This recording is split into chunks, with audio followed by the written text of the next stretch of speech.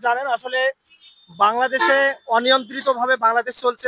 আমরা লক্ষ্য করতেছি পবিত্র মাহে রমজান মাসে বাজার সিন্ডিকেট, বাজার ঊর্ধ্বমূল্যের যে ঊর্ধ্বগতি, এতে মানুষের নাবিশ্বাস উঠে গেছে, ক্রয় ক্ষমতার বাহিরে চলে গেছে। বাংলাদেশ জামাতে ইসলামী মনে করে শান্তি, সাম্য, ন্যায় ন্যায়ের প্রতীক হিসাবে বাংলাদেশে সামাজিক সমতা প্রতিষ্ঠার লক্ষ্যে বাংলাদেশে ন্যায়ের জন্য সংগ্রাম করে যাচ্ছে বাংলাদেশ জামাতে ইসলামী। আমরা চাই বাজার দ্রব্য সিন্ডিকেট ভেঙে দিয়ে সুন্দর একটি ব্যবস্থাপনা তৈরি হোক, এটা আমরা সবাই প্রত্যাশা করি।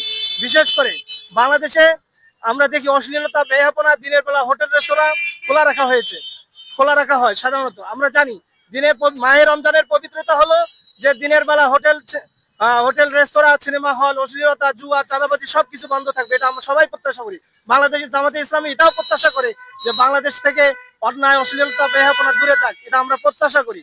বাংলাদেশে যে অনিয়ন্ত্রিত বাজার সিন্ডিকেট রয়েছে, এই অনিয়ন্ত্রিত বাজার সিন্ডিকেট ভেঙে দিয়ে একটি ক্রয় ক্ষমতার মধ্যে বাজার কিভাবে নিয়ন্ত্রণে নিয়ে আসা যায়, বাংলাদেশ জামাতে ইসলামী এটা প্রত্যাশা করি।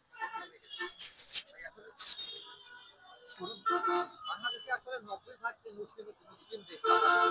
আমাদের দেশে কিন্তু অন্যান্য দেশে মুসলিম আসলে ইসলামের সময় কর্মদিবস কমিয়ে আনা হয় এবং দেশে দেখা হয় যে আসলে পানিতে কোনো দাম কমানো হয়, কিন্তু বাংলাদেশে আসলে হয় না। এর পরিপ্রেক্ষিতে আপনারা কি বলেন? আলহামদুলিল্লাহ, সকল প্রশংসা আল্লাহ তাআলার জন্য, যিনি আমাদেরকে সুস্থ রাখছেন। আলহামদুলিল্লাহ, দুটি কথা না বললে নয় যে এখন দ্রব্যমূল্য বাজারের যে দাম, এই মাহে রমজান সামনে আসতেছে, আমাদের উচিত গরিব দুঃখীর একটু পাশে থাকানোর জন্য। কিন্তু এখন তারা যেভাবে দাম বাড়িয়ে দিয়েছে, আমার মনে হয় যে গরিব দুঃখী লোক আর খাইতে পারবে না।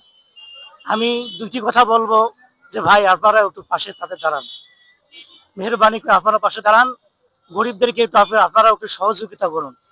বাংলাদেশ জামাতি ইসলামী দিনের পর দিন তারা কাজ করে যাচ্ছে গরিব দুঃখীদের লোকদের পাশে।